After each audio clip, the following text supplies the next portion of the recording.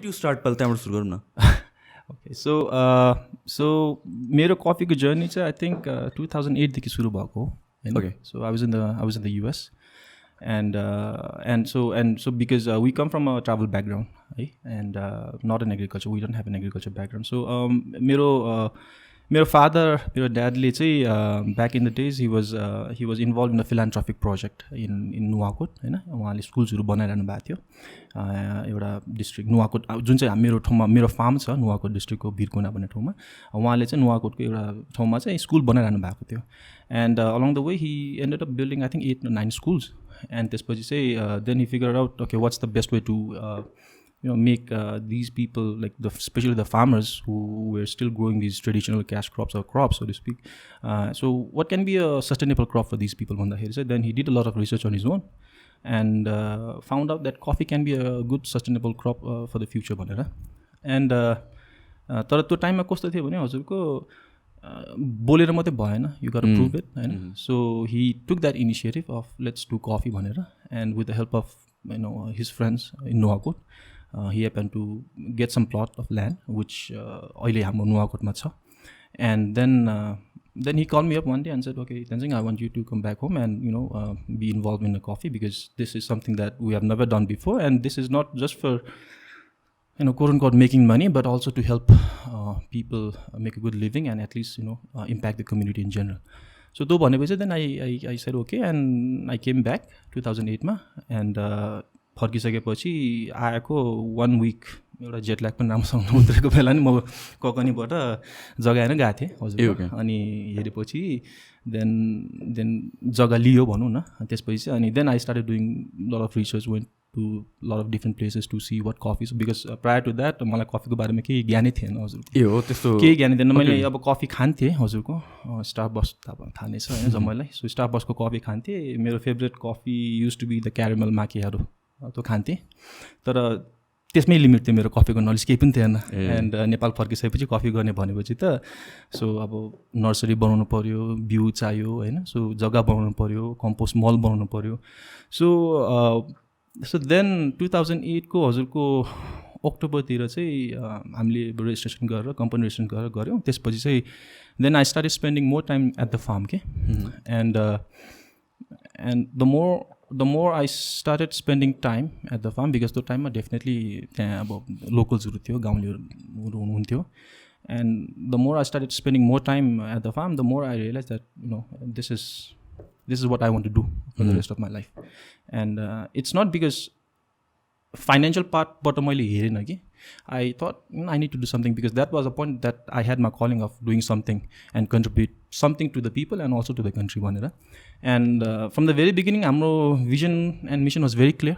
हाम्रो vision was to promote Nepali coffee in the specialty coffee world, and definitely एउटा नेपाली कफीलाई चाहिँ विदेशमा चाहिँ पठाएर त्यो नेपाली कफीको एउटा स्ट्यान्डर्ड चिनाउने हाम्रो पहिलेदेखि नै गोल थियो.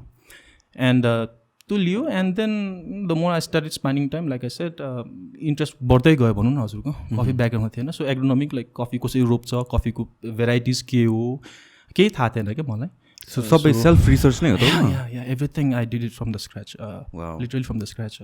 मल बनाउने तरिका होइन, अब गाई बस्तुको अब तपाईँको गोबरहरू सङ्कलन गरेर त्यसको कम्पोस्ट बनाउने तरिका जम्मै मैले गरेँ. And then takes about for any coffee it takes about 3 to 4 years to get your first fruits भनौँ न हजुरको. एन्ड त्यसपछि 2012 को एन्ड 13 को बिगिनिङतिर चाहिँ हामीले थोरै यिल्ड पायौँ कफीमा. एन्ड त्यतिखेर चाहिँ अब कफीमा कस्तो हुन्छ भने हजुरको चाहिँ अब स्पेसलिटी कफी भनिसकेपछि स्पेसलिटी कफीको आफ्नै एउटा रेटिङ हुन्छ क्या. So for any coffee to be considered as a specialty that particular coffee has to एउटा ग्रेडिङ सिस्टम हुन्छ. सो स्कोरिङ हुन्छ क्या. सो 100 को टोटल स्कोर हुन्छ. सो त्यो कफी चाहिँ स्पेसलिटी हुनुको लागि चाहिँ त्यो कफीले चाहिँ एटलिस्ट 80 एन्ड अबभ चाहिँ पाउनै पर्छ क्या स्कोरमा चाहिँ. सो 2012 चाहिँ अब हामीले प्रोसेसिङ गऱ्यौँ. कफी जानेर नजानेर हामीले कफी टिप्यौँ बेरिजहरू. अनि टिपिसकेपछि त्यसलाई प्रोसेस पनि गऱ्यौँ. गरिसकेपछि then we had the coffee beans. And त्यतिखेर अब luckily being from a travel background we did have some relations overseas specially in the US होइन and then we send okay हुन्छ नि मेरो बुवाले त्योभन्दा अगाडि कफीको जुन चाहिँ यिल्ड आउनुभन्दा अगाडि नै अलिअलि भनिसकेको थियो क्या होइन वी आर डुइङ कफी यस्तो यस्तो भनेर भनिसक्नु भयो एन्ड डेफिनेटली अब फरेनर्सहरूले त वेस्टर्न कन्ट्रिजमा त अब coffee from Nepal for lot of them is quite novelty नि रियर हो नि त पाउँदैन नि त अनि then one of my friends he ask for sample so त्यहाँदेखि मलाई स्याम्पल पठाइदिनु तपाईँको यो वर्षको हार्भेस्टको will see how it comes on the table भनेर भन्नुभयो so then we send up the samples because back then I did not know how to evaluate a coffee basically sensory पार्टमा मलाई केही थाहा नै थिएन सो हामीले पठाइदियौँ अनि पठाइदिइसकेपछि चाहिँ देन एउटा रिपोर्ट आयो क्या उनीहरूले कप गरे so we have the report भनेपछि एन्ड देन आई थिङ्क 2012को एन्टर हाम्रो कफीले अराउन्ड 82.75 हो कि 82 पायो क्या score and for us that was first time first time and that was a big deal we very happy होइन and then my buyer said okay Tenzing how can you improve भनेर मैले सोधेँ कि अनि उहाँले चाहिँ okay Tenzing you might need to pick only the red ड्राइभ cherries you need to ferment your coffees for certain period of time you need to तपाईँको अब ड्राई यति रेटमा ड्राई गर्नुपर्छ भनेर चाहिँ उहाँले मलाई एडभाइस गर्नु पऱ्यो सो बेस्ड अन उहाँहरूको एडभाइसबाट नै मैले अझै कफी प्रोसेसिङ सम्बन्धीमा चाहिँ धेरै नलेजहरू मैले गेन गर्न थालेँ कि अनि त्यही गेन गर्ने सिलसिलामै then another year came in then हामीले फेरि प्रशोधन गऱ्यौँ कफीलाई प्रशोधन गर्ने सिलसिलामा चाहिँ त्यसलाई फेरि राम्रोसँगै गरौँ हामीले आफ्नो जानेको जति लेभलमा एन्ड देन 2014-15मा या 84-85 थियो score still very good and then ultimately so along the way I learn the lot भनौँ न मैले आफूले धेरै सिक्नु मौका पनि पाएँ र विदेशी अब मेरो साथीभाइहरूसँग पनि धेरै सिक्नु पाएँ र अफकोर्स मैले धेरै क्लासेसहरू पनि लिएँ होइन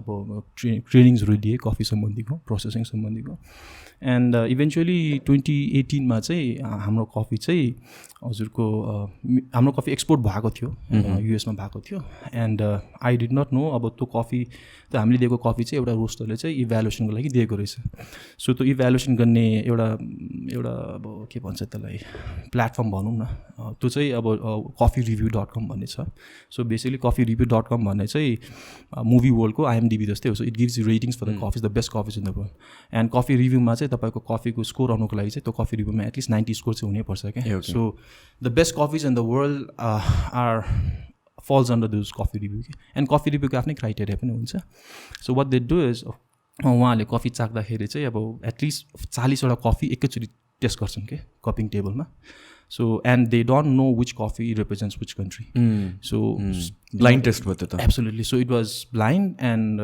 फर्चुनेटली नेपालको कफी पनि त्यहाँ रहेछ जुन चाहिँ हाम्रो कफी थियो एन्ड उहाँले कफी कपिङ गरिसकेपछि आई मिन हाम्रो कफीलाई चाहिँ उहाँले 90 दिनुभएको रहेछ and found out that coffee belongs to Nepal so Nepal भन्ने बित्तिकै लेकाली रिप्रेजेन्ट भयो एन्ड मेरो बायरले ओके त्यहाँदेखि चाहिँ कङ्ग्रेचुलेसन्स तिम्रो कफी रिभ्यू भएको छ एन्ड यो स्कोर छ भनेर भन्नुभयो then I went to the website होइन coffeereview.com हेरेँ नेपाल सर्च गर्दाखेरि मेरो कफी आयो त्यसपछि त आई मिन अब super excited super happy definitely भइहाल्यो होइन आफ्नो एउटा काम गरेको र एउटा हार्डवर्कको एउटा बेनिफिट एउटा रिजल्ट त पाएँ नि त मैले So, but that took like 10 years in the making. Yeah. And it took us a lot of time because definitely coffee is something for me. I mean, मलाई चाहिँ के लाग्छ भने द मोर कफी वर्ल्ड चाहिँ कस्तो छ भने हजुरको the deeper you go and the more knowledge you gain you feel like you don't know anything okay? So it's that deep okay? So every day you are learning something every day you learn something and every day is a learning process